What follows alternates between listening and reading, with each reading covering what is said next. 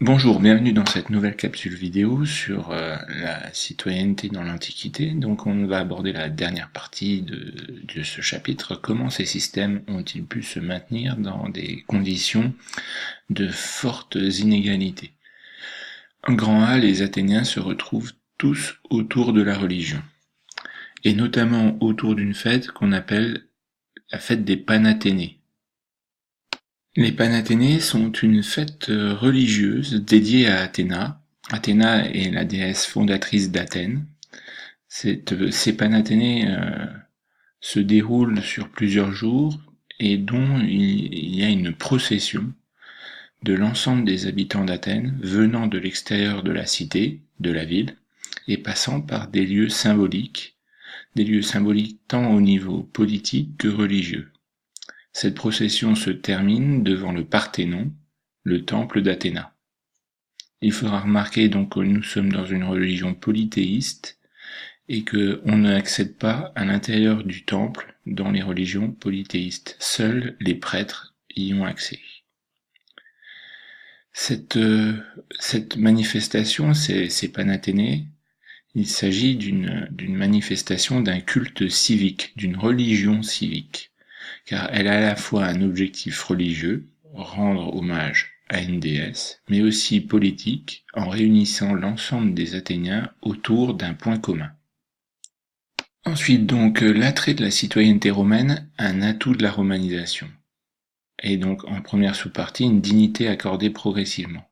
En effet, les Romains n'ont pas la même vision de la citoyenneté que les Athéniens. Les Athéniens ont une vision restrictive, un nombre limité d'individus peut accéder à l'honneur d'intégrer la citoyenneté athénienne, alors que les Romains vont se servir de la citoyenneté comme un facteur d'intégration. C'est-à-dire qu'ils vont lui accorder des privilèges et un statut particulier comme chez les Athéniens, mais ils vont distribuer la citoyenneté pour faire accepter leur domination.